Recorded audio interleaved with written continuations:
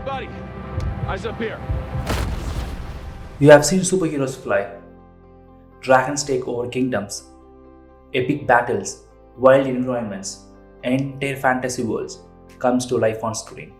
But have you ever stopped and thought, how do they actually make that happen? Behind all the job, dropping visuals, there is a process. A slow, detailed, often overlooked part of the VFX pipeline. It is called rotoscoping. Hey, welcome to VFX Discovery. Today, we're diving into the world of rotoscoping, what it is, why it's so important, and why it might be the very first step in your VFX journey. So, what exactly is rotoscoping? In simple terms, it is the process of manually tracing around a subject in a video frame by frame to create something called a mask or matte. Imagine cutting someone out of a photo. Pretty simple, right? Now imagine doing that 24 times a second for hundreds or even thousands of frames. That's roto. These mattes are what allow VFX artists to separate actors from the background, replace environments, or place effects behind them. It's repetitive, it's technical, and it's absolutely essential. It might not get much spotlight, but rotoscopy is the foundation of most visual effects shots. Without clean roto, none of the magic works. Now, here's a question I hear a lot. Wait, don't we just use green screen for that? Fair point, but let's break it down. Green screens, also called chroma key, are a different technique. They help remove a solid background color like green or blue, so we can add new visuals behind the subject. But here's the thing. Hair is messy. Motion blur ruins the edges. Transparent fabrics. Reflection, shadows, light spills. None of it plays nice. So yeah, green screen helps, but they are not perfect. And that's where roto artists come in, to clean up the mess the green screen leaves behind.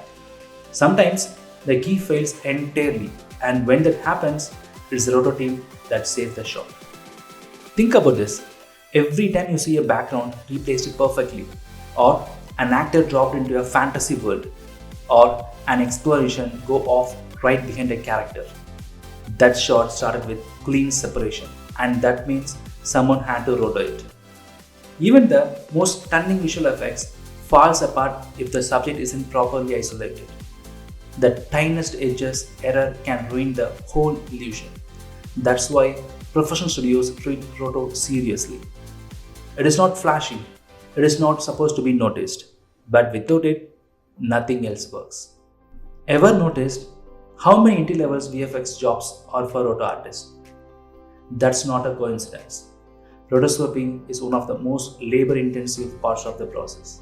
It takes times, it takes precisions, and that's just so much of it. Across films, ads, shows, you name it.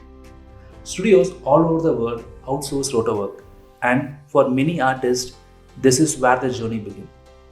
Let's be honest. It can get boring. You will take tiny shapes for hours. Some days, it feels like your eyes are melting, but it teaches you things that no software tutorial can. Patience, attention to detail, and how to see like a VFX artist. A lot of today's top compositors, paint artists, even FX leads, they all started in roto. Here's something only roto artists truly get. Sometimes you just feel when a math is wrong. Maybe it's a harsh edge. Maybe the hair looks stiff, or the motion does not match the character. You might not be able to explain it, but something feels off. That's the art of rotoscopy.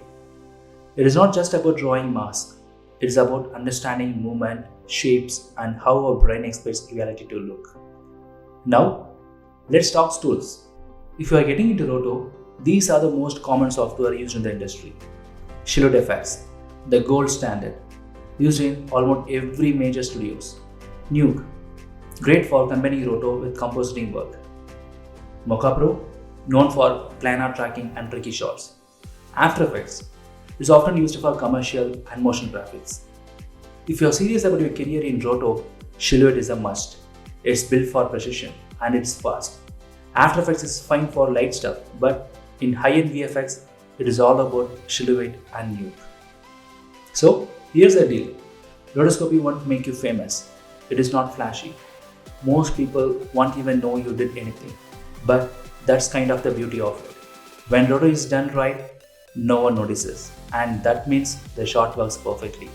If you're just getting started in VFX, don't see roto as a dead end. It is a starting line. It gives you skills that will stick with you no matter where you go next in the pipeline. So embrace it, respect it, learn from it. And hey, if you have worked on Roto or you're learning it right now, drop a comment. What's been your toughest shot or your proudest one? Make sure to like, share, and subscribe to VFX Discovery for more real talk about the world behind the scenes.